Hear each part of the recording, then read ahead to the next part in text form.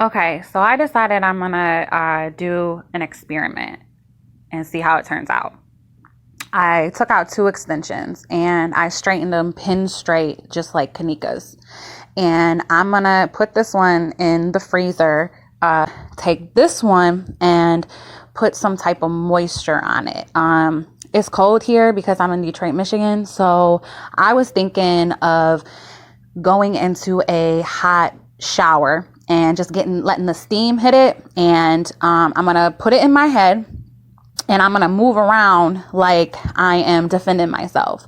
We all know when we've seen Kenneka's pictures that her hair was messed up and it was not straight anymore, which is very odd to me. So yeah, I'm gonna start this right now and see how it turns out.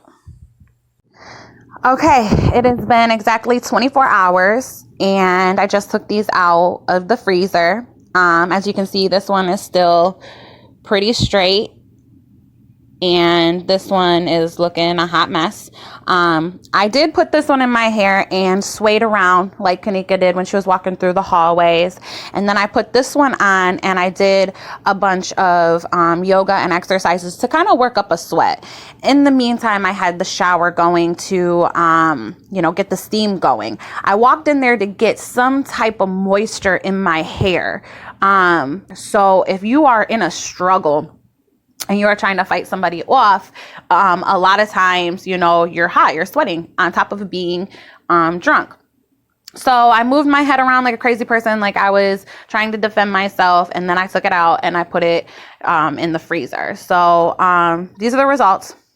And, if they're saying that she just walked into the freezer and laid down, then her hair would still look like this. I mean, even if she was banging on the door to have somebody let her out, that's just a little bit of banging and it's cold. This looks more like how her hair was. So I wasn't going to document this. At the last minute, I decided I was going to. I think to answer one question in a sea full of unanswered questions. Is it perfect? No. Is it 100% accurate? No. But it does show that Kenneka did not just walk into a freezer, lay down, pass out, and eventually die. I know many of you have followed this case since the beginning, like I have, and it has consumed a lot of my daily life, honestly. But I think it hit me so personally because I was Kenneka. I was out there on the streets partying and putting myself in situations I just shouldn't have. And this could easily have been me or one of my girls. I think it wasn't because me and my girls would never, ever leave one of our friends that intoxicated alone. Honestly, you don't even have to be that intoxicated. We just wouldn't leave you alone like that or let one of our girls just wander off. It was like an unspoken rule or law that if you go, I go. If she goes, we go. That's just how it is. And maybe that's why something like this has never happened, because one of the things I would have never thought of is going to a hotel with people who I party with every weekend and see daily, and then I never leave the hotel or this happens. I would never think that something like this would happen.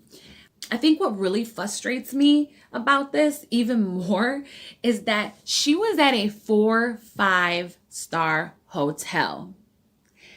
I am sure she has been in worse situations in her neighborhood and has came out just fine. So for the fact that they drove so far to this nice hotel and she never walked back out of that hotel is mind-boggling, honestly. I am not a YouTuber.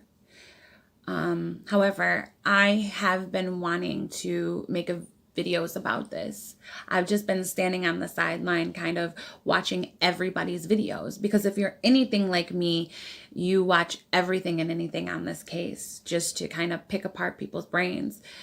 I watch them because not everyone is going to think the same. And someone might say something that triggers something in me that I missed, or someone might point out something that I don't see.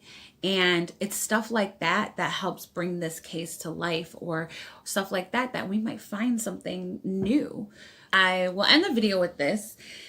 If you have made it this far, thank you. But if you decide to comment, please, please be respectful.